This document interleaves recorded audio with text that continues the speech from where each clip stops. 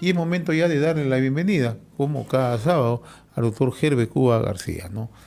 Él es médico, especialista en política de salud pública y analista en temas de actualidad, ¿no? Y queremos agradecerle, como siempre, la amabilidad de compartir esta invitación en la semana en RCR. Qué gusto saludar al doctor Gerbe Cuba, muy amable. Gracias por atender esta comunicación. Muy buenos días, señor José Hernández, y un saludo a través suyo a todo el país. No podemos sustraernos al tema de actualidad, ¿no? La crisis migratoria, ¿no? ¿Cómo está observando este tema? Ya está entrando a una etapa bastante complicada, ¿no? Acciones de violencia, lo que se teme y lo que se podría temer, ¿no? Es que ocurra algún fallecimiento en la zona, con lo que se podría ya seguir complicando más, ¿no? Encontrar una salida, ¿no? ¿Cómo está mirando usted este tema, esta crisis migratoria? En primer lugar, este es un tema humanitario sumamente grave, producido por aspectos políticos, económicos y sociales de los países involucrados. Aquí hay países que tienen evidentemente serios problemas en el interior que propician este tema migratorio. Estamos hablando de Venezuela, Haití y algunos otros países de la región, porque no solo hay venezolanos, que son los mayores, mayor número cierto, pero hay otras nacionalidades también. El segundo tema es que, eh, lejos de resolver el problema en el país del sur, en este caso Chile, lo que pretende hacer es trasladar su responsabilidad interna hacia el exterior, y en este caso a través de la frontera sur, que es una frontera que, como todos sabemos, eh, es una frontera muy cuidadosa en sus funciones, pero que está golpeada políticamente por el comportamiento eh, de las Fuerzas Armadas y la policía durante los problemas de abuso, digamos, de la protesta que ha existido en el sur del país. El tercer tema es que los países vecinos, en este caso, como usted ha podido observar, el decreto de emergencia que dio el gobierno, están todas las fronteras menos uno, porque es obvio que ahí ya se tiene el estado de emergencia y además el problema ahí tiene otra naturaleza. Y en este caso entonces, este problema humanitario tiene que tratar de ser encapsulado como un problema humanitario, pero sí involucrar a las partes que están en este tema. En este caso, la propia Venezuela tiene que estar involucrada, pero también Chile, que es el que finalmente ha tomado la decisión de expulsar a los extranjeros por sus medidas drásticas políticas que tiene internas, y que lo que ha hecho, sin previo aviso al Perú, le generaron un problema en la frontera sur. Ahora, la solución, evidentemente, la lidera Perú por un tema que nuestra legislación es más flexible que la chilena en el tema migratorio. Recordemos que durante el gobierno del expresidente Kuczynski se flexibilizó enormemente la entrada de los migrantes venezolanos, e inclusive se dio la posibilidad de que puedan reconocer sus títulos universitarios, sus estudios, etcétera. Todo se flexibilizó, pero los venezolanos querían irse al sur, querían irse a Chile, o otros querían irse a los Estados Unidos. Entonces, en esta circunstancia es que el Perú, que tiene un sistema más flexible, es el vaso comunicante que Chile ve como natural para que pueda recibir a los migrantes venezolanos e incluso haitianos y otros.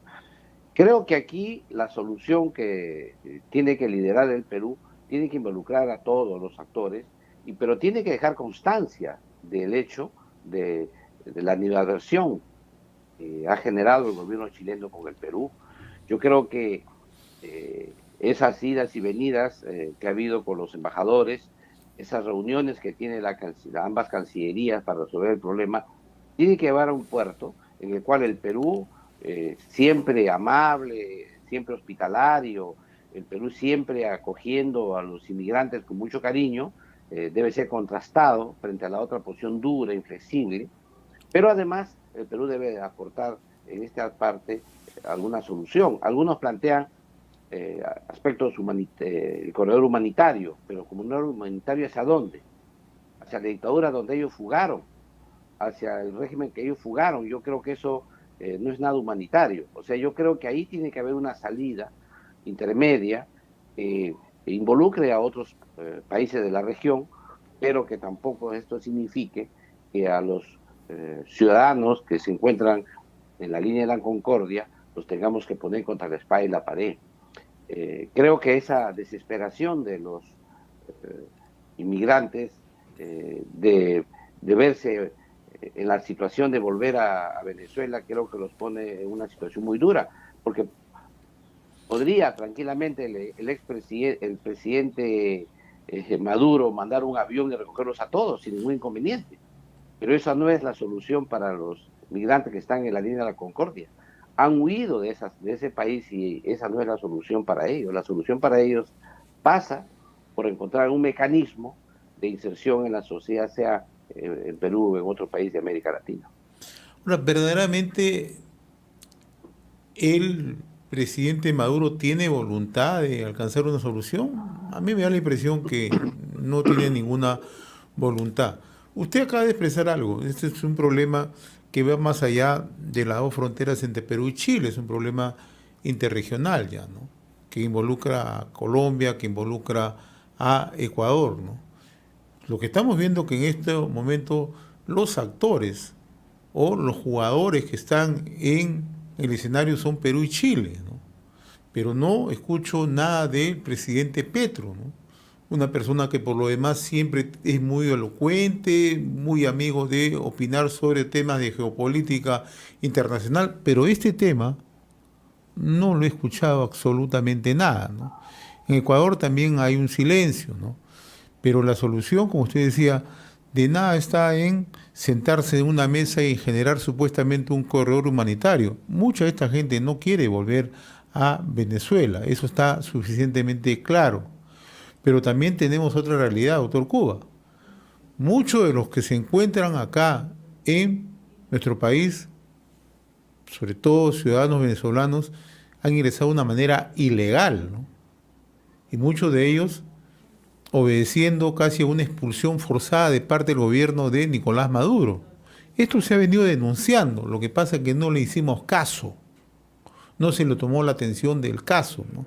Cuando Pedro Pablo Kuczynski abre las fronteras, cuando dice vamos a abrir de buena fe, ¿no?, los brazos a los hermanos venezolanos, no pensó lo que ya tenía premeditadamente Nicolás Maduro, ¿no?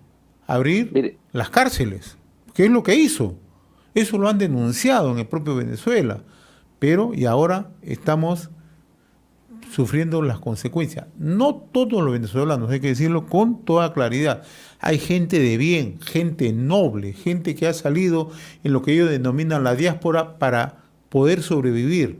Pero hay un gran sector que sí ha venido con esa idea preconcebida, seguir sembrando pánico, terror, delincuencia, criminalidad organizada.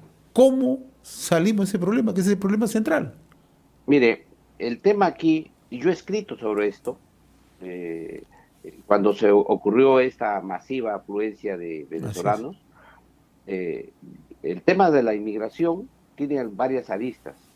La inmigración de gente con dinero o gente que tiene estudios, que Sí. tiene capacidades, de gente que es inversionista, bienvenida, porque evidentemente es lo que el país necesita. Inmigración de gente trabajadora, gente emprendedora, gente que eh, eh, favorece al país, porque es la población que viene, incluso eran jóvenes, nos aportaba aquello que se llama el bono demográfico, es decir, a traernos gente joven que puedan aportar en el trabajo. Y esta es una ganancia para el Perú, no era en realidad una pérdida.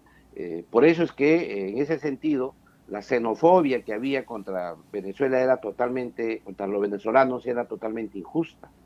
El tema ha sido luego que estas leyes se flexibilizaron y el gobierno fue incapaz de separar el trigo de la paja fue incapaz de hacer lo que planteábamos en su momento era hacer un pool de profesionales, de tal manera que aquellos profesionales que vienen al Perú vayan a los lugares en que el Perú los necesita, un pool de trabajadores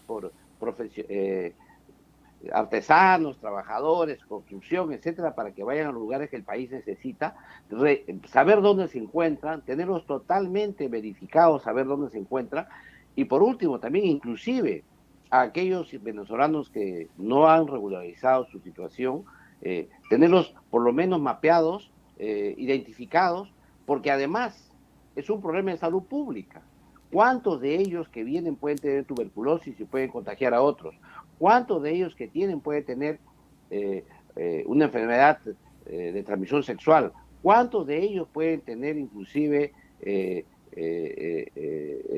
SIDA, etcétera? Yo creo que esos temas, por temas de salud pública, todos deberíamos saber dónde se encuentran, de tal manera que de poder darles el tratamiento gratuito, así sean inmigrantes ilegales, así sean gente que no tiene formalizado su documentación, pero tienen que recibir tratamiento contra la tuberculosis, tratamiento contra el VIH-Sida, si es que son portadores, tratamiento contra otras enfermedades, porque ellos, al curarlos a ellos, también protegemos a nuestra población. Eso es el tema de la migración. Vienen cosas buenas, favorables para el país, pero también vienen algunos elementos que nos generan problemas de salud pública, como decíamos, también el tema educativo. Por más que el alumno o el niño no tenga sus papás, papeles en regla, tienen que ir a una escuela, no lo puede dejar al margen del sistema educativo. Igual si sucede con todos los programas sociales. El problema está que no los tienes identificados, no los tienes registrados. En ese sentido, la medida que ha dado la presidenta Dina Boluarte, de darles un plazo de 6 meses para que eso se haga, pero no es solamente dar el plazo, sino que hay que darles mecanismos proactivos desde el gobierno para que se ubique dónde están, estén identificados, se sepa quiénes son, sepamos qué nivel educativo tienen, cuántos niños hay, qué enfermedades tienen, etc. Se haga un estudio completo. Y estos 130, 200, 300 más que hay en la frontera sur de Chile no va a agregar más problema al país. El problema nuestro es la seguridad interna en general, y esto se resuelve con medidas de seguridad interna. Lo que está pasando en la frontera peruana es penoso, porque el país es puesto en una situación extrema, pero no debemos caer en el otro extremo de convertirnos igual que el país que los expulsa. Yo creo que nosotros en este acápite, yo avanzo una mirada más humanista y evidentemente saber estudiarlos a cada uno de los que llegan, ver sus antecedentes y efectivamente aquellos que tienen antecedentes ya o que son criminales reconocidos, como dice la propia norma que se ha dado, expulsarlos inmediatamente del país, como es la propuesta legislativa que se aprobó en el Congreso de la República. Es decir, detectado que es, ahí sí, te irás pues a Venezuela donde está tu gobierno, porque efectivamente tú vas a generar problemas en el nuestro. Pero eso es otra circunstancia y tiene un atenuante que es sumamente grave. Creo que el tema fundamental de la seguridad interna de nuestro país, la seguridad ciudadana, no podemos traspasarla a las fronteras del sur, porque de otra manera vamos a generar xenofobia, vamos a generar una movilización de la población contra la población migrante, cuando esta población migrante, dicho de paso, nos trae enormes beneficios para el país. El tema, como decía, amplía el bono demográfico, que es uno de las grandes ventajas que tiene el Perú para su crecimiento económico temprano. Hay que echarle una mirada naturalmente humanista al tema, ¿no? Porque este es un tema humanitario, ¿no? En eso creo que hay bastantes coincidencias, ¿no? El gran problema que yo estoy observando en lo que está ocurriendo en la frontera con Chile en estos momentos es que no solamente la desesperación de muchos ciudadanos migrantes, ¿no? Venezolanos, un grupo de colombianos, haitianos, se habla que también hay ciudadanos cubanos, ¿no?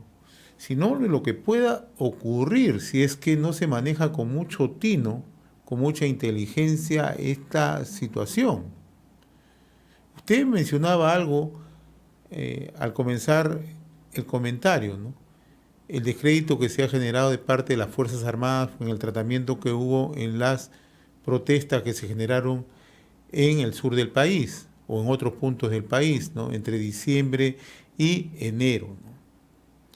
El gobierno no está advirtiendo o no advierte que hay sectores también interesados en seguir desestabilizando con este tema la gestión de Dino Boluarte, porque Yo hay que creo que tener... sí. Yo creo que sí lo ha advertido, señor José Hernández. Por eso es la situación de emergencia en todas las fronteras. O sea, lo tiene claro el gobierno. Y segundo lugar, también tiene claro el tema de los informales, inmigrantes informales, por eso ha generado el tema del plazo.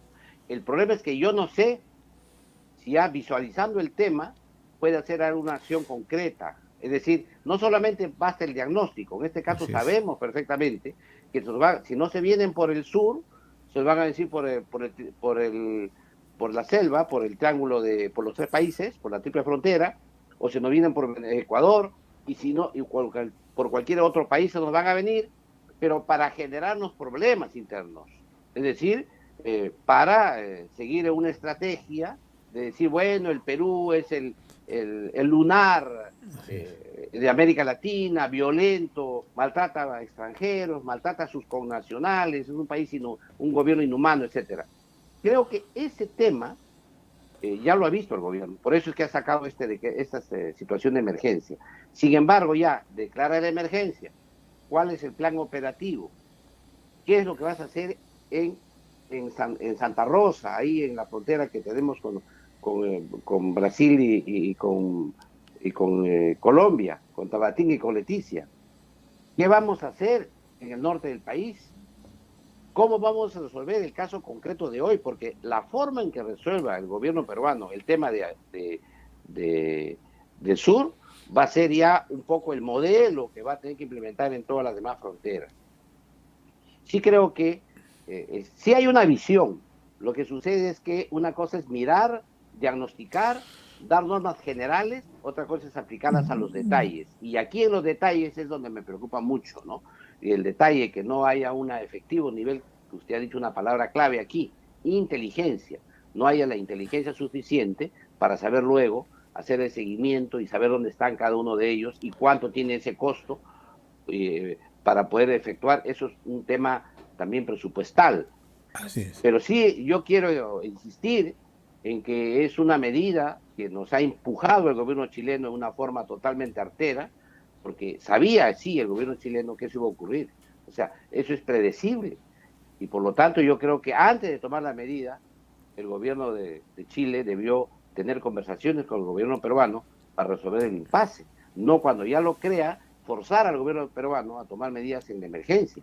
Creo que esta es una situación que el gobierno peruano con la Cancillería chilena tendrán que limar asperezas, conversar y llegar a acuerdos consistentes hacia el futuro, porque eso no se puede repetir.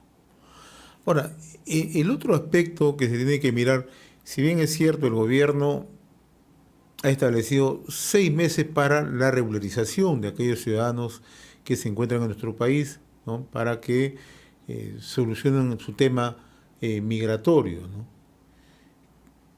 ¿No le parece a usted que 6 meses en las circunstancias en las que estamos es un plazo bastante largo?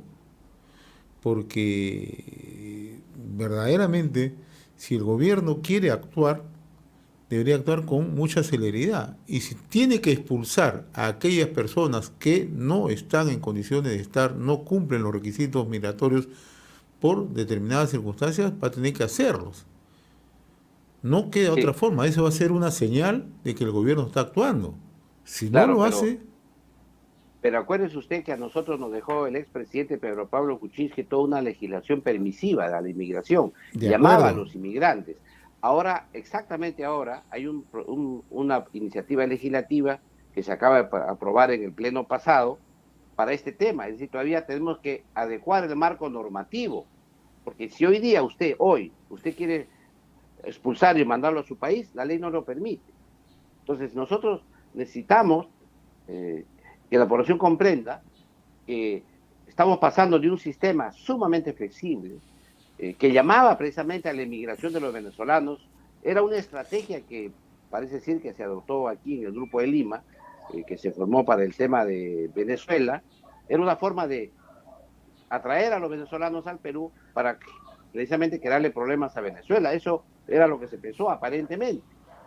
Por eso es que nuestras leyes fueron muy permisivas e inclusive le comento a usted que los peruanos se quejaban porque a los venezolanos le daban, apenas llegaban, su seguro integral de salud, atención médica gratuita, absolutamente todo, y a los peruanos no tenían ese derecho.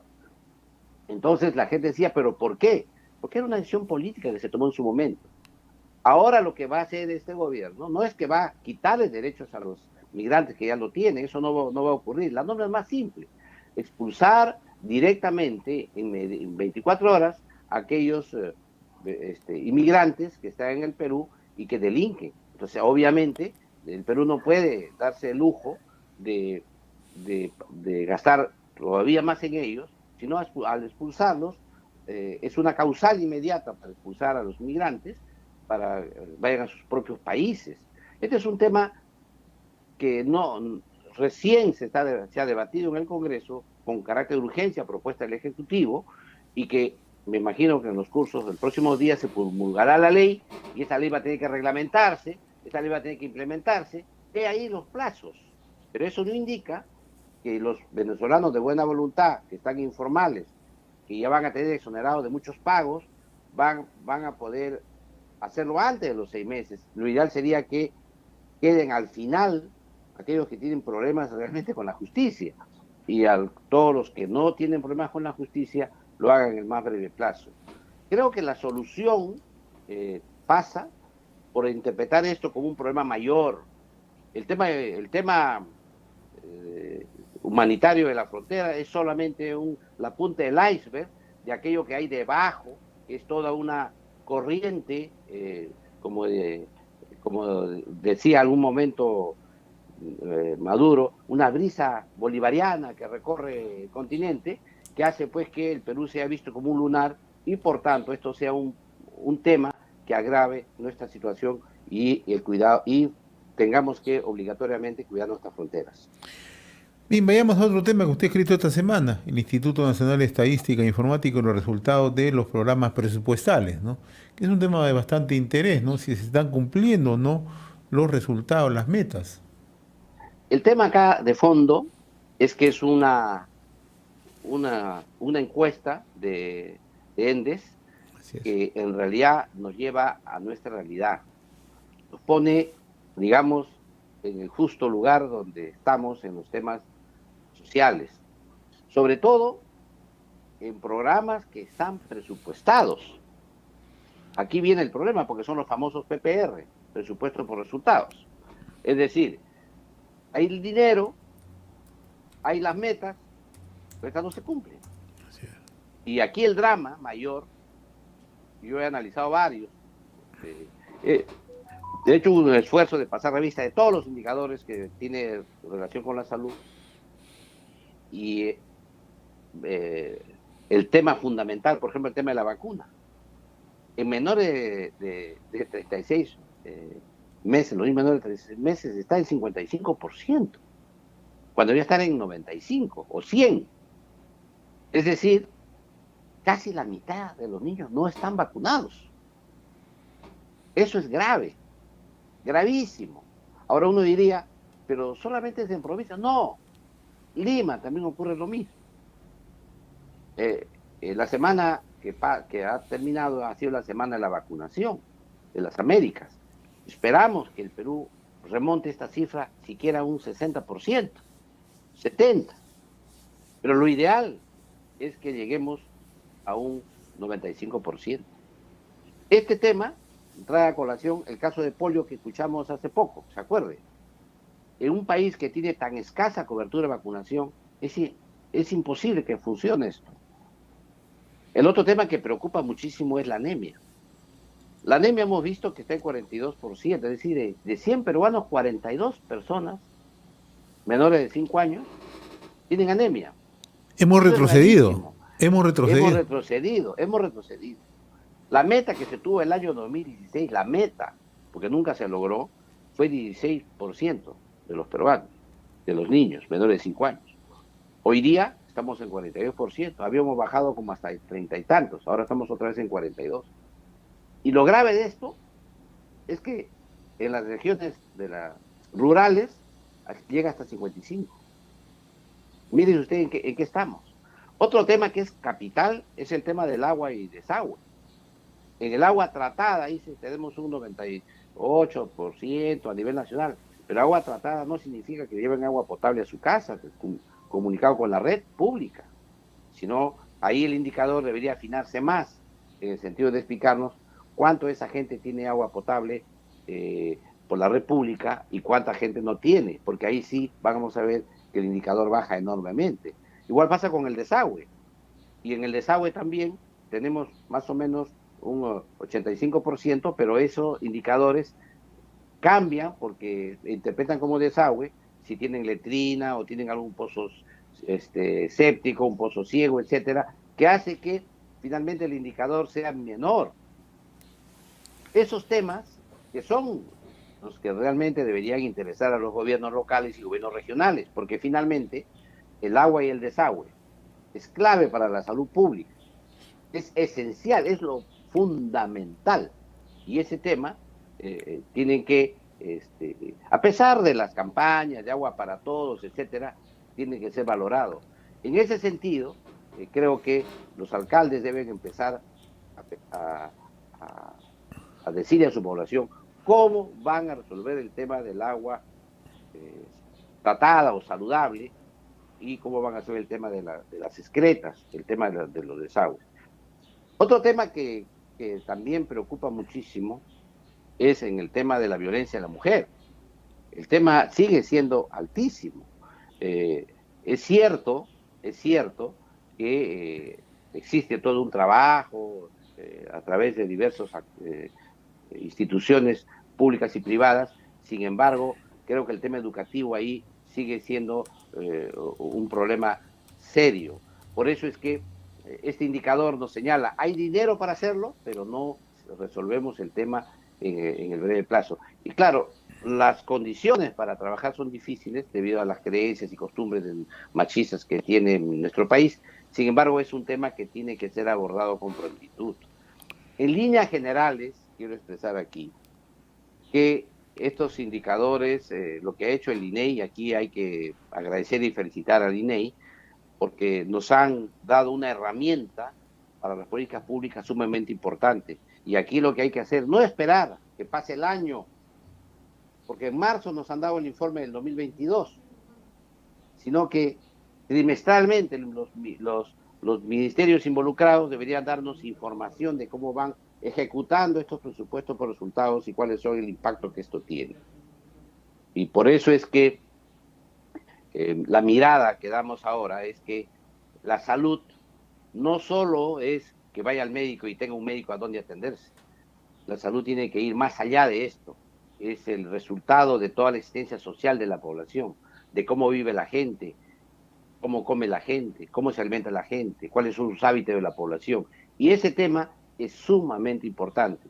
Creo que, y aquí hago una pequeña propaganda al informe, creo que todos los peruanos de bien deberían leer ese informe y deberían exigir a sus autoridades que estos indicadores de presupuesto por resultados se cumplan al 100%. Muy bien, doctor Javier Cuba, como siempre, muy agradecido por esta comunicación. Antes de Sí. concluir, quisiera, por favor, José Hernández, expresarte algo más. El día en el Pleno del Congreso de la República, ¿Ya? se ha aprobado un proyecto de ley que pretende regular el sistema en cómo se especializan los médicos. Eso se llama el residentado médico. Quiero señalar que es una norma que espero que el Poder Ejecutivo lo observe, porque representa un retroceso frente a lo que se viene haciendo. Por un lado, han eliminado un tema que es muy caro para nosotros, muy caro para la población, que es el examen nacional de medicina. Es decir, que estén obligados los médicos a aprobar con notas altas el examen nacional de medicina, que es un examen de suficiencia, un examen de competencia. Indiferente a la universidad que uno haya estudiado, da ese examen y si aprueba, puede ser médico en el Perú, así tenga su título. Si no aprueba, tiene que volverlo a dar hasta que lo aprueba. Esto es un examen que permite que la calidad de los médicos sea altísima y que los médicos además sean cotizados en el exterior. Lo han retirado olímpicamente de la norma y creo que como requisito para presentarse a la especialización. Este es un tema muy serio que creo que el Ejecutivo debe evaluar. Por otro lado, también se ha quitado algo esencial, que es la participación mayor de las universidades. Y en este caso son aquellos que forman a los especialistas. Sin embargo, en la Comisión Nacional de Residentado, como se llama, las universidades tienen una desproporción en sus miembros. Por ejemplo, para hablar solamente de los médicos, la Asociación de Médicos Residentes y el Colegio Médico tienen más miembros que las universidades que los forman. Entonces eso parece una desproporción que tiene que ser cuidada. Y por otro lado también preocupa el hecho de que la conducción completa del sistema esté a cargo del propio Ministerio de Salud, cuando el Ministerio de Salud tiene una escuela de salud pública, que es una universidad, el cual tiene una deficiencia de funcionamiento, que no tiene productos. Sin embargo, quiere conducir todo un sistema de especialización profesional, a tal punto que quieren tomar hasta el examen de admisión, quieren hacer inclusive evaluar los currículos de los postulantes, y las universidades solamente que ya tomen el examen escrito. Eso es todo, eso es un retroceso que no se había visto, que tiene una versión a la cubana, una versión a la venezolana, en que el Estado todopoderoso podría hacerlo todo, sin tomar en cuenta que también hay universidades públicas, que también son Estado y que deberían participar ampliamente en este proceso. Creo que mi invocación al Poder Ejecutivo es que en aras de un mejor debate, de corregir algunos avances que se han tenido en el pasado, esta norma sea observada y retorne al Congreso de la República. Muy bien, doctor Heber Cuba. Yo le agradezco la amabilidad de haber compartido esta comunicación a través de la semana en RCR. Muy amable, buen día.